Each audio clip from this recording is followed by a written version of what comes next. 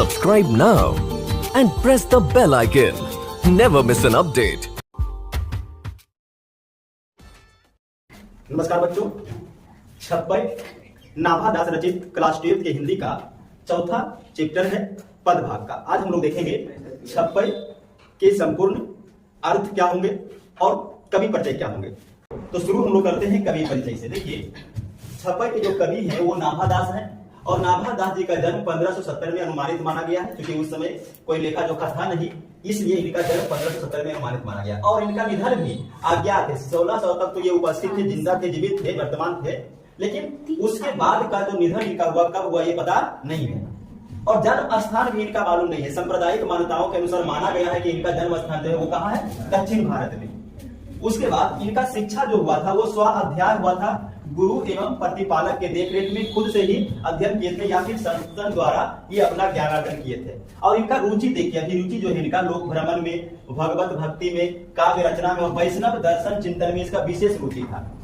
और इनके जो दीक्षा गुरु थे नाभा दास के, वो स्वामी अग्रदास थे। तो ऑब्जेक्टिव में पूछा जा सकता है कि नाभा दास के दीक्षा गुरु कौन थे, याद रखिएगा स्वामी अग्रदास। देखिए, इनका जो जन्म स्थान था वो सांप्रदायिक मान्यता के अनुसार दक्षिण भारत में था, लेकिन इनका जो स्थायी निवास माना गया है वो वृंदावन माना गया है। और मेन इंपोर्टेंट ऑब्जेक्टिव में आप याद रखिएगा इनका कृतियां। देखिए, जन्म, निधन और कृतियां, ये ज्यादातर ऑब्जेक्टिव में पूछता है। अब इनका कृतियां देखिए क्या है, भक्तमाल। इसका रचना भी देखिए दिया हुआ है 1585 से 1596 इतना के बीच में रचनाकार। और भक्तमाल से ही अभी जो हम लोग छप्पय अध्याय पढ़ेंगे, चैप्टर पढ़ेंगे, वो भक्तमाल से ही लिया गया। भक्तमाल में क्या था कि 316 छप्पय है। कितने?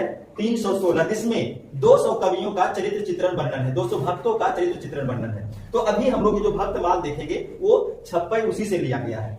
आगे फिर देखिए, इनका रचना एक अष्टयाम ये ब्रजभाषा गद्य में लिखा हुआ है और एक अष्टयाम रामचरितमानस की दोहा चौपाई शैली में लिखा हुआ है और रामचरित्र संबंधी प्रकीर्ण पदों का संग्रह, ये इनका कृतियां है।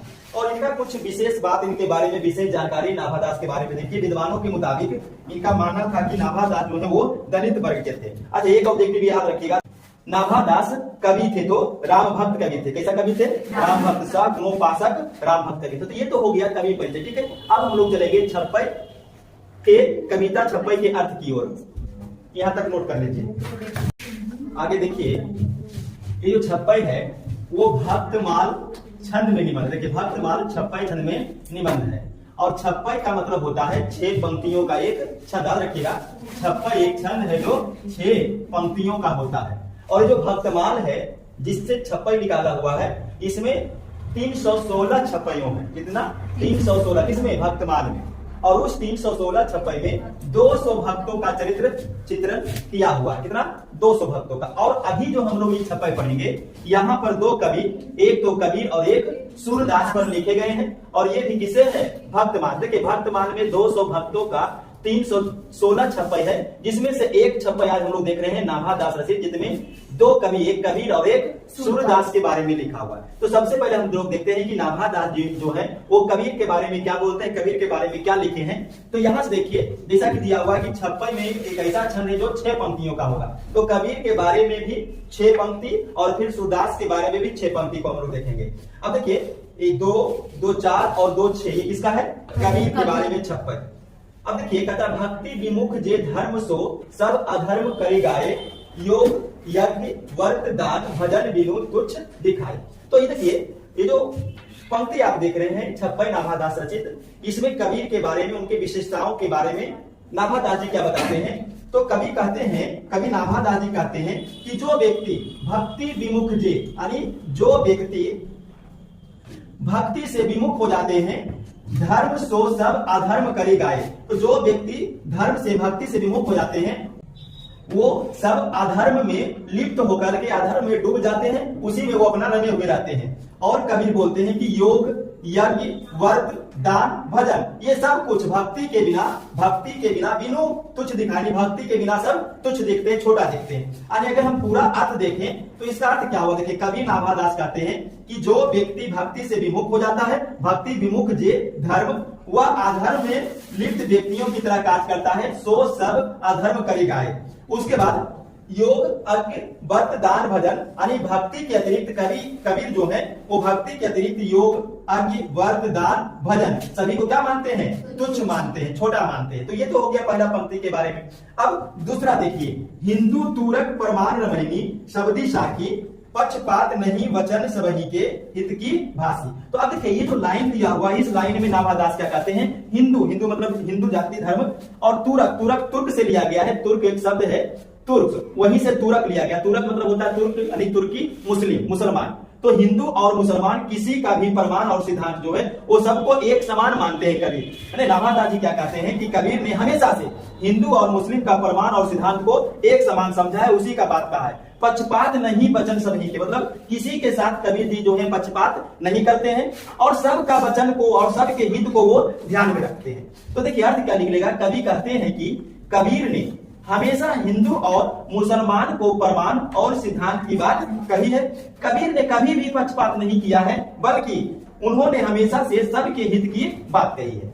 अब आगे देखिए, आरूढ़ दशा है जगत पे मुख देखी नाही भली, कबीर कानी राखी नहीं वर्णाश्रम सर दर्शनी। अब यहाँ पर देखिए आरूढ़, आरूढ़ का मतलब होता है सवार। क्या? सवार। दशा हवय मतलब दशा होकर, जगत मतलब दुनिया। तो कहता है कि दुनिया पर दशा पर सवार होकर के मुख देखी नाही भली, कबीर जो है दशा देख करके, मुख को देख करके कभी कोई बात नहीं करी, कभी किसी के साथ पक्षपात नहीं किया। ऐसा नहीं कि उसका मुंह देख करके जो उसके हित में आया उसको बोल देता, कभी नहीं कबीर किए। कबीर कानी राखी नहीं मतलब कभी जो है कहीं कहीं सुनाई बातों पर ध्यान नहीं दिया। कानी राखी, कानी मतलब क्या होता है कि दूसरों के सुनाया हुआ बातों पर ध्यान नहीं दिया है। वर्णाश्रम, वर्ण और आश्रम, देखिए वर्ण जो है 4 है और आश्रम भी 4 है, तो वही दिया हुआ वर्ण आश्रम, 4 वर्ण और 4 आश्रम। षड दर्शनी मतलब 6 दर्शन। अब इसका पूरा अर्थ समझिएगा। आरूढ़ दशा हवय जगत पे मुख देखी नाही भाणी, यानी कबीर जो है कबीर नाभादास कहते हैं कि कबीर ने कभी भी मुख देखी बात नहीं कही। मुख देखी नाही भनी, भनी मतलब होता है वर्णन करना। क्या? वर्णन करना। तो कबीर कभी भी मुख देख करके मुख देखी बात का वर्णन नहीं किया है, नहीं करते हैं। कबीर कानी राखी नहीं, कबीर कभी भी कहीं सुनाई बातों को महत्व नहीं दिया है, कहीं सुनाई बातों को ने कानी राखी। वर्णाश्रम सर दर्शन, यानी कि उन्होंने हमेशा आंखों देखी बात को ही कहा है। और कबीर ने 4 वर्ण और 4 आश्रम, वर्णाश्रम और षड दर्शन यानी कि 6 दर्शन में से किसी को महत्व नहीं दिया। केवल किस पर महत्व दिया है? हमेशा जो आंखों देखी बात होता है उसको ही महत्व दिया, उसी को बोला है। तो ये तो देखिए 26 में जो 2 कवि हैं, एक कबीर और एक सूरदास, उसमें से कबीर के बारे में नाभादास जी ने क्या क्या बताया उसको हम लोग देख लिए। तो यहां तक आप नोट कीजिए, उसके बाद हम लोग चलेंगे सूरदास के 26 पर। अब देखिए 26 का दूसरा पद में जो कवि है सूरदास, उनके बारे में 6 पंक्तियां क्या है यहाँ पे देखिए। युक्ति 14 अनुप्रास वर्ण स्थिति अति भारी, वचन प्रीति निर्वही अर्थ अद्भुत तुकधारी। अब यहाँ पर देखिए नाभादास जी जो कवि हैं वो सूरदास जी के विशेषताओं का वर्णन करते हुए, उनके कविताओं का वर्णन करते हुए कहते हैं कि युक्ति 14 अनुप्रास वर्ण स्थिति अति भारी। युक्ति मतलब होता है कोई उपाय, युक्ति, और 14 का मतलब होता है चमत्कार। तो युक्ति, चमत्कार, अनुप्रास, वर्ण सभी जो है उनसे भरा हुआ है, अति भारी, उनसे भरा हुआ है। स्थिति ऐसा है इनका कविता का, सूरदास जी का। अगर इसको एक लाइन में अर्थ करिएगा तो हो जाएगा कि नाभादास जी जो है वो कहते हैं कि सूरदास जी की जो कविता है उनमें युक्ति, चमत्कार, अनुप्रास, वर्ण ये सभी भरा हुआ है। वचन प्रीति निर्वही अर्थ, और उनका अर्थ इतना सुंदर होता है कि जिस प्रकार से उनका निर्वाह करते हैं, शुरू करते हैं, अद्भुत तुकधारी, और उनका अंत भी उतना ही सुंदर तरीके से करते हैं। तो अब देखिए ये जो पूरा पंक्ति 2 पंक्ति है, इसका अर्थ क्या निकलेगा। तो नाभादास जी कहते हैं कि सूरदास की कविताएं युक्ति, चमत्कार, अनुप्रास, वर्ण से भरी हुई होती है, अति भारी भरी हुई होती है। और सूरदास जी अपनी कविता की शुरुआत निर्वही मतलब शुरुआत जिन प्रेम भरी वचनों से करते हैं, कि प्रीति वचन, प्रीति मतलब प्रेम, तो प्रेम वचन से करते हैं। अर्थ, अर्थ मतलब अंत, अर्थ मतलब क्या हो गया? अंत। अर्थ अद्भुत तुकधारी, और उतने ही अंत भी उन्हीं वचनों से करते हैं। पीछे देखिए नाभादास कहते हैं कि सूरदास की कविताएं युक्ति, चमत्कार, अनुप्रास, वर्ण से भरी हुई होती है। सूरदास अपनी कविता की शुरुआत जिन प्रेम भरी वचनों से करते हैं, उसका अंत भी उन्हीं वचनों से करते हैं। आगे देखिए, प्रतिबिंबित दिवी दृष्टि हृदय हरि लीला भासी, जन्म कर्म गुण रूप सबही रचना प्रकाशी। आप देखिए सूरदास का एक पद होगा, दूसरा अध्याय पढ़े होंगे, उसमें आप देखिएगा सूरदास जी जो थे वो कृष्ण भक्त थे। क्या थे? कृष्ण भक्त। तो वही चीज यहाँ पर नाभादास भी उनके बारे में बता रहे हैं कि जो सूरदास जी हैं वो अपने कविता के माध्यम से श्री कृष्ण लीला को प्रदर्शित किए हैं। और किस प्रकार से किए हैं? प्रतिबिंबित दिव्य, दिव्य मतलब होता है दिव्य, दृष्टि, दृष्टि का मतलब होता है देखना, दृष्टि।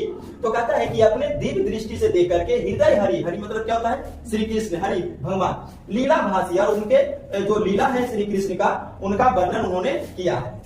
जन्म कर्म गुण रूप सबही, मतलब देखिए श्री कृष्ण जी जो है, जो प्रभु है, उनके जन्म कर्म गुण सभी रूप का वर्णन उन्होंने किया है। प्रकाशित मतलब होता है प्रकाशित करना। क्या करना? प्रकाशित करना। तो फिर सब देखिए इनका पूरा अर्थ क्या होगा? प्रतिबिंबित दिव्य दृष्टि हृदय हरि लीला भासी, यानी कवि कहते हैं कि सूरदास की जो दृष्टि दिव्य है, सूरदास ने अपने कविताओं में हृदय हरि लीला भासी, यानी अपने कविताओं में किसके बारे में? श्री कृष्ण के लीला का वर्णन किया है। जन्म कर्म गुण रूप सब, यानी कि सूरदास जी जो है वो प्रभु के जन्म का, कर्म का, गुण का, सभी रूप का वर्णन किया है। किससे? अपने दिव्य दृष्टि से देखकर। रचना प्रकाशी, और अपने वचनों से उसको प्रकाशित कर दिया है। आगे देखिए, विमल बुद्धि हो तासुकी, विमल मतलब निर्मल, बुद्धि हो तासुकी मतलब होता है उसकी, तासुकी मतलब उस, यानी उसकी बुद्धि विमल होती है जो यह गुण श्रवणी धरे, मतलब जो यह गुण, किनका गुण? प्रभु श्री कृष्ण का गुण को सुनते हैं। श्रवणी मतलब होता है कान में, और धरी मतलब धरना, सुनना। तो जो उनका गुण सुनते हैं, किनका गुण? श्री कृष्ण का, प्रभु का, उनका बुद्धि क्या होता है? विमल होता है, निर्मल होता है। सुर कविता सुनी कौन कवि, यानी कहता है कि सुर यहाँ आया है सूरदास जी के लिए, यानी सूरदास की कविता सुनी कौन कवि, मतलब जौन कवि भी, कोई कवि भी सुने हैं जो नहीं सिर चालन करे। कहते हैं कि सूरदास जी का कविता, ऐसा कौन सा कवि है जो सुनने के बाद अपना सिर चालन नहीं करते, यानी कि सिर को डुलाते नहीं। मतलब इनका कविता इतना सुंदर होता है, किनका? सूरदास जी का, कि जो भी कवि उनके कविता को सुनता है वो अपना सिर को डुलाना शुरू करते हैं। ऐसा कोई कवि नहीं है। सुनी कौन कवि मतलब कोई कवि नहीं है जो सिर का चालन नहीं करे। अब देखिए नाभादास जी कहते हैं कि जो व्यक्ति सूरदास द्वारा कही गई भगवान के गुणों को सुनता है ना, यह गुण श्रवणी धरे, तो जो भगवान के गुणों को सुनता है उसकी बुद्धि विमल हो जाती है, यानी विमल बुद्धि हो तासुकी, तासुकी मतलब उसकी या उनकी बुद्धि विमल हो जाती है।